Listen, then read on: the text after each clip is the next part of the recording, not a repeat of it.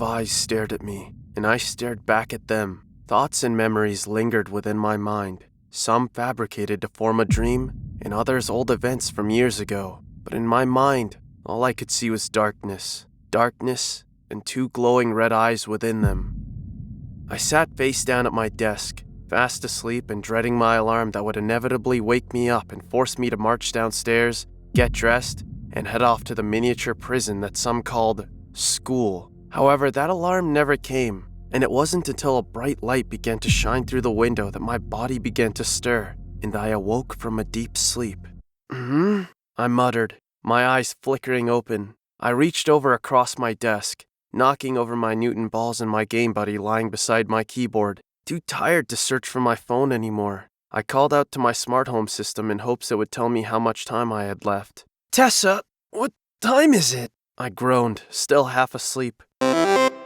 It is 7:48, sir. Good morning. In that instant, I knew that I had screwed up. Almost instantly, I jumped out of my chair, knocking over a glass of water that coated my desk. I cursed under my breath, rushing to pick the bottle back up. While nothing on the desk had been damaged, a few drops had splashed onto the blue and red poster sitting beside my computer. No, damn it! I exclaimed, staring at the few water droplets. It wasn't that bad, but even a small imperfection like that upset me. It didn't take me long to realize that school would be starting soon, and extremely soon. Rolling across the ground and diving for my clothes in the corner, I slipped off my red pajamas and tossed aside my white t-shirt before dressing up in a pair of plain blue jeans and a gray t-shirt with a cat design on the front. I then snatched up my phone, which was lying on the floor beside my bed, and rushed out of my bedroom. I emerged in the fancy hallway, leading down the hall to the living room, and ran down said hallway, managing to slip on the freshly cleaned hardwood floor. I fell down against the couch, turning around to see a young man in a butler outfit spraying the windows with a spray bottle. Ben? Why aren't you at school yet? Catherine left not too long ago, and I thought you were with her. I overslept! I shouted as I began digging through the couch, looking for my other essentials that I needed before I left the house. Knowing what I was looking for, the butler reached into his pocket and held an item out in his hands. He cleared his voice and I looked up, eyeing a pair of plain white earbuds. Oh, thanks, Stephen! Bye! I said as I snatched them from him and rushed down the stairs, passing through the dining room and bolting out the front door. My name is Benjamin Jackson, and I'm what you call average. Decent grades, decent looks, and a pretty decent life. Better than that, actually. I live in New York City, one of the greatest cities in the country, in a pretty large estate on the edge of the city, away from all the chaos and car horns. However, despite living in the bustling city full of Subway sandwiches and huge glowing signs, I lived a pretty average everyday life. Wake up, go to school, suffer through 8 hours of boredom, come home, and start working on my projects. The man I had been speaking to before was my so-called butler. Since I was about 5, my parents had excused themselves from my everyday life. They traveled across the world constantly for business trips, only finding the time to call me once every 2 weeks or so.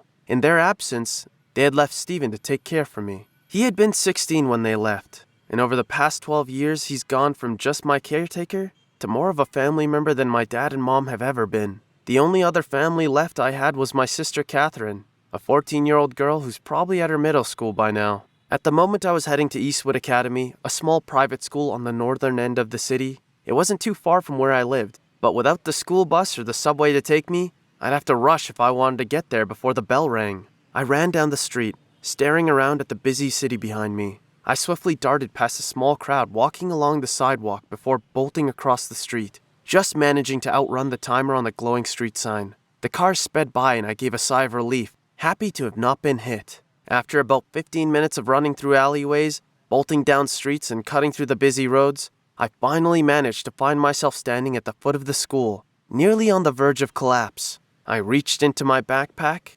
snatching up a cherry ripple and downing about half the bottle before taking a breath. Students were scattered across the campus, most of them bundled together in groups, taking the time to talk before school started.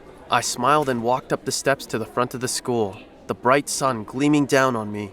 Unlike most other mornings, today was looking up for me. That was until I opened the front doors of the school and saw my friend shoved to the ground. In front of me was something I saw daily, just a bit worse than usual. 4 men were crowded around my friend, staring down the injured boy as he held his arm over his face. His glasses were knocked to the ground, a small drop of blood beside them. Get away from him! I shouted as I approached the four. One of them scoffed. Or what? You his mommy now? Still trying to be everyone's bodyguard? Yeah, I am. None of you have any right to make other people's lives miserable, just to make up for your own shitty upbringings. So why don't you just... One of them sent their fist flying into my stomach, nearly knocking me to my feet. Despite not having eaten breakfast, I still felt like I wanted to throw up. I hit the ground, my forehead slamming against the ground. The four boys then walked away, their triumphant cackles filling the hallways. The one thing I hated about this school was them, the football players, the jocks, whatever you wanted to call them. They were a living nightmare for some people, and it was up to me to help those people. Man, you didn't have to do that. The boy said as he wiped his bloody nose on his sleeve. I don't care, Josh. What happened this time?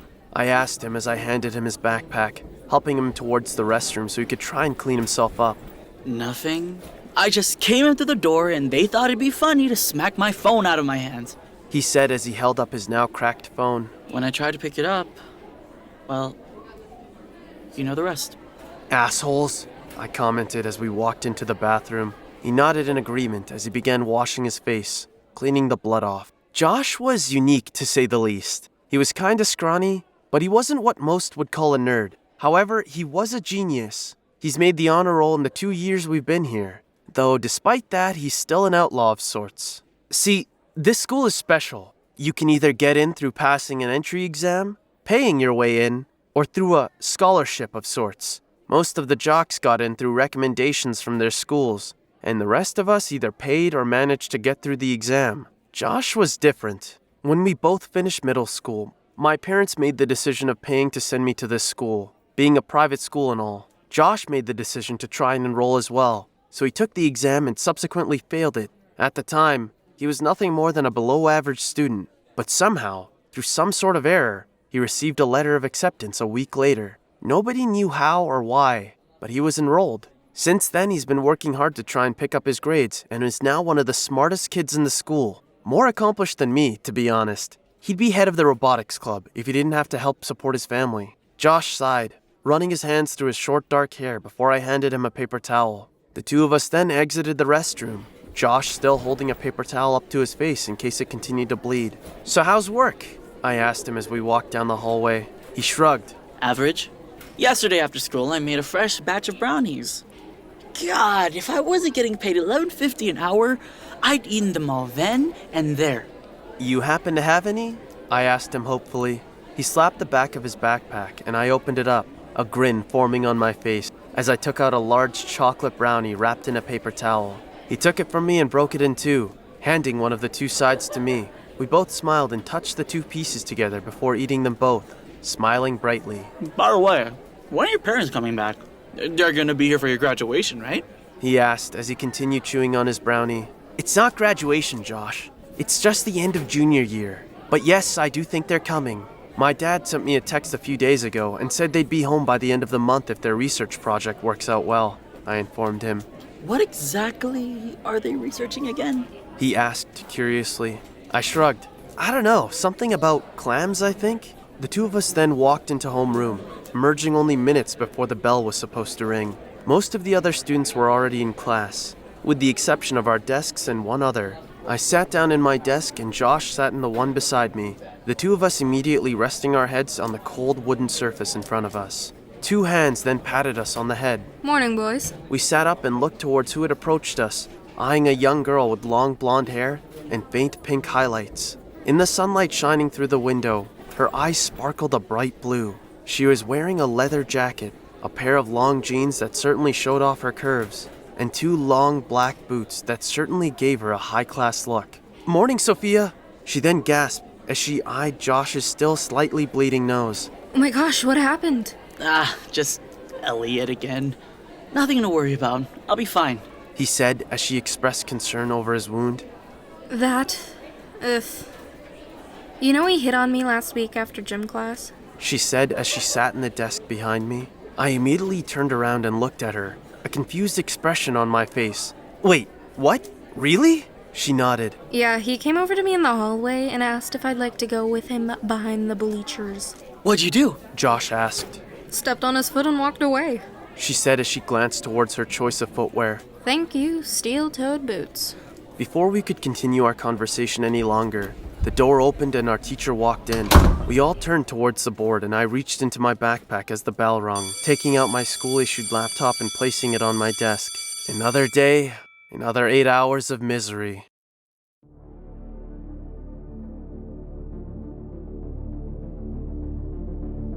I stood in the midst of a glowing blue room, barren of any sort of detail or aspect.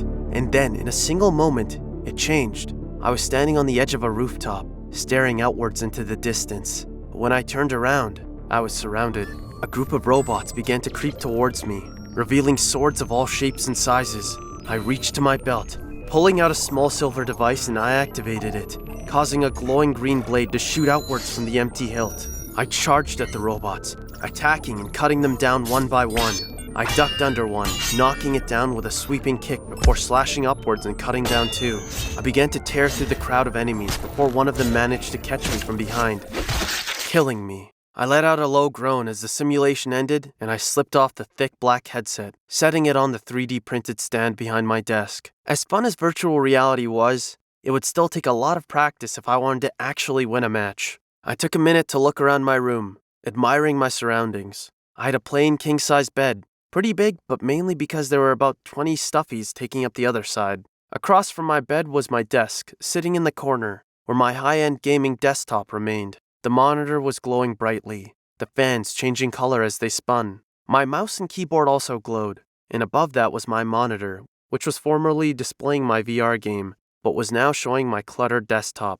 Games, programs, and other random files were scattered across the screen, as my attempts to organize them had all ended in failure. Beside the glowing tower was my pride and joy, my 3D printer. Contained in a thick black box with glass windows to display the wonders within, the printer was the creator of many small things I used every day. My VR stand, several diorama spaceships hung from my ceiling, and a custom lock to keep my little sister from getting into my room. The printer was currently in the process of printing a pendant I planned to have Josh paint before turning it into a necklace. While most of my creations I simply downloaded and printed, this pendant I had modeled myself, a small teardrop-shaped gems of sorts with an initial carved in it, an S. As I admired it, a voice spoke from behind.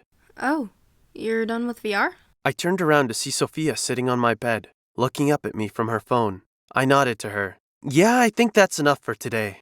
Didn't you tell me 5th period you were planning on spending a few hours working on your own game? Sophia asked me. I turned my head, eyeing my computer screen covered in tabs and windows. For the past 9 months, I had been working to develop my own video game in the hopes that I could eventually further myself in that field once I was out of school. Hundreds of people dreamed of making a video game of their own, but I hoped to be one of the few that actually accomplished it. I scoffed playfully and crossed my arms. You need to play games in order to find new ways to improve your own. Besides, you can't judge my productivity when you're taking selfies and we have a test tomorrow. Okay, technically I was doing schoolwork. She said with a faint blush. I walked past her and sat on my end of the bed. Uh-huh. And since when does taking selfies count as schoolwork? It's for photography, genius. We're doing a little project on selfies to have some fun before the end of the year, so I took a few beauty shots of myself. She explained. You do look beautiful, I said as I glanced at the photos. I mean the makeup. It looks beautiful and, you look nice too? She looked back to her phone with a faint smirk. Smooth, Ben. Now come here. I approached her, a little confused, until she tilted my head down. She frowned at the sight of the bruise on my forehead from the incident at school earlier.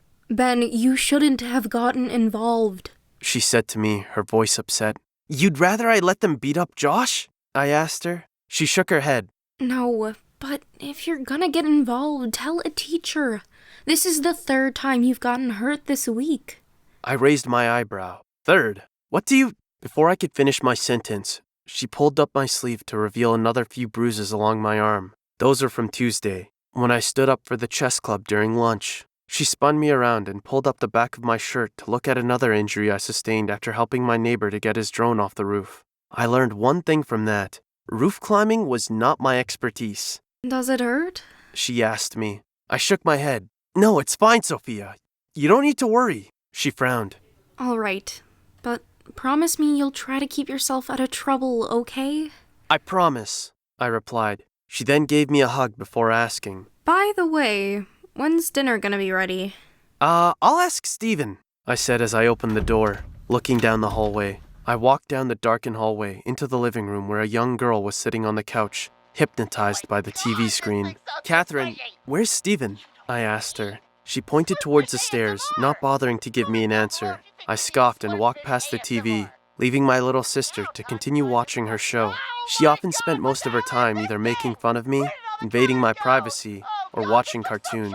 I walked downstairs and into the kitchen, where I found the butler from earlier spinning around a frying pan, playfully tossing her tortilla up and down. I watched him for several minutes before finally speaking up. Hey, Steven? He panicked, sending the tortilla flying onto the ceiling. We both looked up, but it didn't come down. Jeez, Ben, you're like a ninja sometimes. He told me as he turned around and grabbed a new tortilla. How is it that you're able to sneak across this entire house without anyone hearing a sound? The key is floorboards, I said as I took a handful of shredded cheese out of the bag on the counter. What's for dinner, by the way? Chicken and cheese quesadillas, my dear Benjamin. Steven said as he began carefully sprinkling the shredded cheese into the tortilla. How come? I asked, curious as to why we were having Mexican food of all things. He proceeded to stuff the tortilla full of chicken before answering. Your father messaged me this morning, told me we'd be having a visitor, so I decided to cook his favorite meal. A car horn beeped outside, and I instantly knew who it was. I rushed towards the front door, watching as Catherine bolted down the stairs, asking rapidly, Is he here yet? Is he here yet? The question was answered several seconds later as the door opened, and both Steven and I rushed out of the kitchen. An older man walked in, laughing happily as Catherine ran into his arms. There was no mistaking that thinning gray hair, bushy mustache, and big smile. Uncle James! I exclaimed as I ran over to hug him. Hey, stranger, He said jokingly. you've gotten bigger since I last saw you. You're how old now? 16, I answered proudly. He always liked referring to me as stranger, since he usually never saw me except for a few times a year, and by then I had grown significantly. My hair had gotten a bit longer since the last time we had seen each other, and my acne had mostly cleaned itself up. He gave a dramatic look. 16 already? Well, I'm impressed. Steven smiled and briefly exited the kitchen. Welcome, Mr. James. Please, have a seat.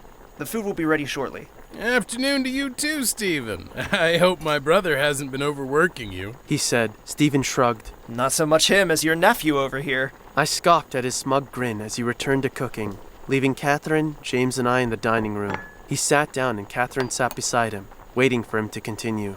So, Ben, how have you been? School good and all? What about that game of yours? He asked. Doing well, sir. I've got my beta testers looking it over now. So it'll maybe be another week before it's all looked over and I can fix any more bugs. Good. Glad to see you're joining the technology industry, even if it's not in the science field. He said with a smile. We all turned our heads towards the stairs as Sophia walked down into the dining room, each of the floorboards creaking loudly. She then stopped at the bottom and waved awkwardly. Oh, Sophia, this is my Uncle James. James, this is my friend Sophia, I told him. He held his hand out and she approached him nervously, shaking his hand before sitting down next to me. hello, sir. Hello to you too. Benjamin, you never told me you had a girlfriend. James told me. The two of us turned a deep shade of red, instantly breaking out in a stammer of excuses. James laughed. Oh, I'm just kidding. Sophia and I both laughed nervously as I began fiddling with my bracelet under the table, nervously thinking about what he said. While I certainly thought Sophia was cute, I never could imagine myself with her. She was certainly out of my league. A beautiful photographer, and then me. I asked, So how come you're in town? I asked James. He smiled. I forgot to tell you last time I was here.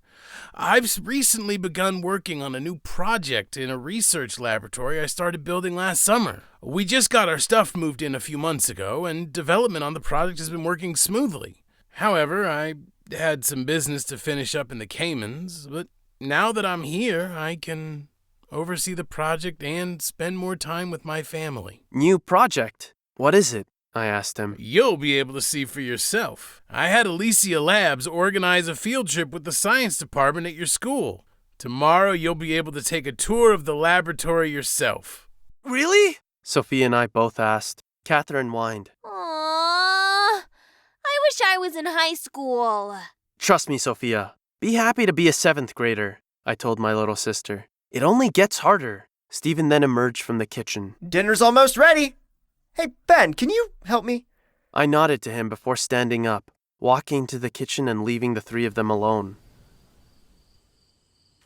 A cricket chirped within the darkness, hopping through the grass with only the moonlight to guide it. I stood outside the house, handing Sophia her bag as she approached her car waiting for her out front. Thanks, Ben. She said as she slung her bag over her shoulder. Yeah, I said awkwardly, trying to think of anything to say. Sophia then approached me, catching me off guard as she wrapped her arms around me. I decided to do the same, awkwardly hugging her as her long hair brushed against my cheek. She then broke away, the 2 of us blushing intensely. I'll see you tomorrow, Ben.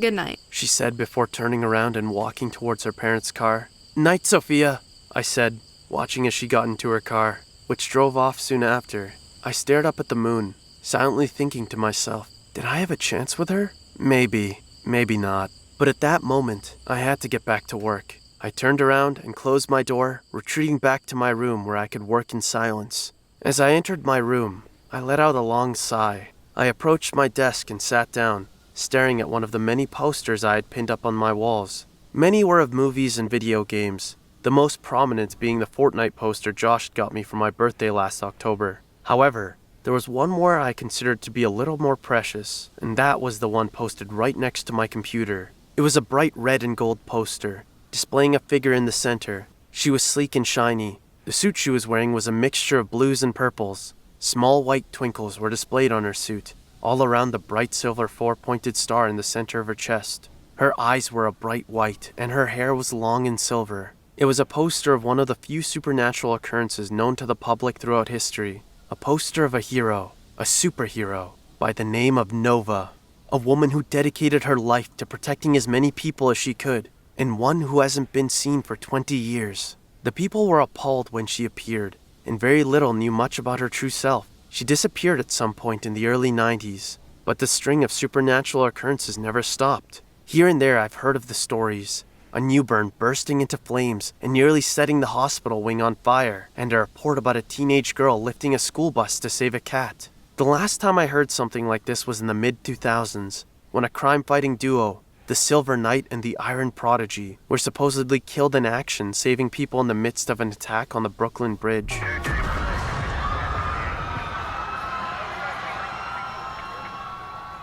Since then, just silence. As much as I wanted to be one, I wasn't.